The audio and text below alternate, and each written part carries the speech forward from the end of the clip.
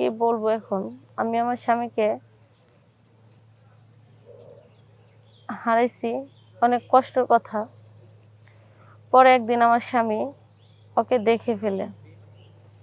দেখে দেখে ফেলার পরে আমার স্বামী খুব কান্নাকাটি করলো। কান্নাকাটি করার পরে ছেলেটা যখন চইলা গেল, আমি আমার স্বামীকে হাতে পায়ে ধরে অনেক বুঝাইলাম। আমার স্বামী বলল যে, "তোমাকে আমি কিসের অভাব দিলাম? মাস শেষ হলে ৫০-৬০ হাজার টাকা বেতন পাই। পুরাটা টাকা এনে তোমার হাতে তুলে দিই। তোমাকে কি আমি ভালোবাসার অভাব দিছি?" আমার স্বামী আমাকে কখনো তিল পরিমাণ কষ্ট দেয় নাই। আমি আপনাদেরকে বলছি, আবারও বলছি। আমার নাম হচ্ছে সোনালী। আমার নাম হচ্ছে সোনালী। তো আমার বিয়ের বয়স হলো ৪ বছর। আমি ২ বছর গ্রামে ছিলাম। তো আমার আমার স্বামী ঢাকা গার্মেন্টসে ইঞ্জিনিয়ার চাকরি করে। তো ভালো টাকা পয়সা পাইতো, প্রায় ৫০-৬০ হাজার টাকার মতো বেতন পাইতো। আমাকে ঢাকা ভালো একটা প্ল্যাটফর্ম নিয়ে রাইখা দিছে। খাবার দাবার, আপনি পোশাক, যাই কিছু বলেন সব কিছু দিত। কোনো কিছু আমাকে তিল পরিমাণ কষ্ট দেয় নাই। আমি আমার স্বামীকে অনেক ভালোবাসতাম। ও সকালবেলা ৮টার দিকে অফিসে যাইতো, রাত্রে ১০টা-১১টার দিকে বাসায় আসতো। তো আমার তো কোনো বাচ্চা-কাচ্চা নাই, আমি তো বাসায় একা থাকি। টিভি দেখতেও ভালো লাগতো না। মোবাইল নিয়ে সারাক্ষণ ঘাটাঘাটি ফেসবুক নিয়ে পইড়া থাকতাম। এভাবে হঠাৎ করে একদিন একটা ফেসবুকে একটা ছেলের সাথে আমার অ্যাড হয়। তো কথা বলতে বলতে মনে করেন যে ভালো সম্পর্ক হয়ে গেছে। তো সেটা আমার স্বামী জানতে পারে না। আমি যখন ছেলের সাথে কথা বলি, আমার স্বামী ফোন দিয়ে অনেক সময় আমাকে ব্যস্ত পায়। যে জিজ্ঞেস করে যে, "তুমি এখন ইদানিং এত কথা কার সাথে বলো?" আমি আমার স্বামীকে মিথ্যা কথা বলছি যে, "না, আমি কারোর সাথে কথা বলি না। আমার বান্ধবী ফোন দিছিল, আমার এই ফোন", এরকম মিথ্যা কথা অজুহাত দিয়ে পাঠায় দিতাম। তো একসময় আমি আস্তে আস্তে এই ছেলেটাকে আমার বাসায় আনি। আনতে আনতে মনে করেন ওর সাথে আমার পরকীয়া হয়ে যায়। অনেক কিছু হয়ে যায় এই ছেলেটার সাথে। তো আমার স্বামী তখন বুঝে না। তো মনে করেন আমি আমার স্বামীর সাথেও সংসার করতেছি, এই ছেলের সাথে মনে করেন চুটিয়ে প্রেম করতেছি। দুনো দিক দিয়ে মজা নিচ্ছি।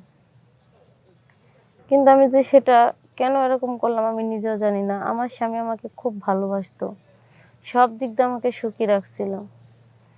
তো আমি কি বলবো এখন? আমি আমার স্বামীকে হারাইছি, অনেক কষ্টের কথা। পরে একদিন আমার স্বামী ওকে দেখে ফেলে। দেখে দেখে ফেলার পরে আমার স্বামী খুব কান্নাকাটি করলো। কান্নাকাটি করার পরে ছেলেটা যখন চইলা গেল, আমি আমার স্বামীকে হাতে পায়ে ধরে অনেক বুঝাইলাম। আমার স্বামী বলল যে, "তোমাকে আমি কিসের অভাব দিলাম? মাস শেষ হলে ৫০-৬০ হাজার টাকা বেতন পাই। পুরাটা টাকা এনে তোমার হাতে তুলে দিই। তোমাকে কি আমি ভালোবাসার অভাব দিছি?" আমার স্বামী আমাকে কখনো তিল পরিমাণ কষ্ট দেয় নাই। আমি আপনাদেরকে বলছি, আবারও বলছি। আমার স্বামী আমাকে প্রচণ্ড ভালোবাসতো। অনেক আদর করতো, সব জিনিসপাতি দিত। আমি যখন যেটা চাইতাম সেটাই দিত। আমাকে কোনো সময় যে বলে না যে, "তুমি আমার কাছে কেন এত চাহিদা, এত এত চাইবা কেন?" আমার জামাই কখনো না করে নাই। তারপরে আমি রাত্রেবেলা অনেক করার পরে আমার স্বামী আমার কথা শুনেই না। ভুল তো আমি করছি না, শোনারই কথা। তো আমার স্বামী আমাকে বলতেছে কি যে, "তুমি যে পাশের রুমে শোও, আমার সাথে শুইবা না?" তো আমি ভাবছি যে আচ্ছা রাগ করছে, তো যাই, তাহলে রাগ তো পড়তেই পারে। তো আমি রুমে চলে গেছি। আমার স্বামী দরজার ভিতর থেকে লাগাই দিছে। লাগাই দিয়া বেল দিয়া গলায় ফাঁসি দিছে ফ্যানের সাথে। আমি এই রুম থেকে শব্দ পায়ে দৌড়ে ছুটে আসি আমার স্বামীকে বাঁচানোর জন্য। কিন্তু দুঃখের বিষয় আমি আমার স্বামীকে বাঁচাতে পারি নাই।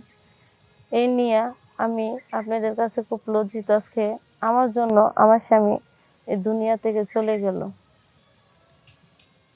আপনারা আমাকে ভালো ক্ষমা করে দিবেন। আর আমার মতো ভুল কেউ কখনো করবেন না। জীবনে টাকা পয়সা গাড়ি বাড়ি গেলে সব পাওয়া যায়, কিন্তু স্বামীর মতো যদি স্বামী হারায় কখনো স্বামীকে পাবেন না।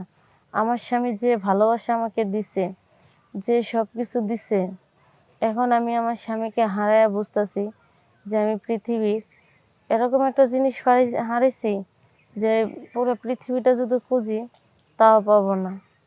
আপনারা দোয়া করেন আমি যত তাড়াতাড়ি সম্ভব আমি আমার স্বামীর কাছে যেতে পারি। আমি এই দুনিয়া আমার স্বামীর কাছে মাপ পাইনি, আমি যাতে এই দুনিয়া যাই আমার স্বামীর কাছে আমি মাপ চাইতে পারি, আর আমার স্বামী যাতে মাপ করে দেয়। আপনাদের কাছে এটাই অনুরোধ। আর আমার স্বামীর জন্য আপনারা সবাই দোয়া করবেন, ও যেন বেহেশতে যায়। কারণ ভুল ও করে নাই, ভুল করছি আমি। ওর পাপের শাস্তি সব যাতে আল্লাহ আমারে দেয়। কারণ আমাকে আমি যদি ওর ভালোবাসার মর্যাদাটা রাখতাম, বিশ্বাসটা রাখতাম, তাহলে আজকে ও মরতো না। কারণ এই গুনাহগারের ভাগী একমাত্র আমি, ও না। ওর জায়গায় যদি আমি থাকতাম আমিও তাই করতাম। আপনারা সবাই ভালো থাকবেন, আমার স্বামীর জন্য দোয়া করবেন। আসসালামু আলাইকুম।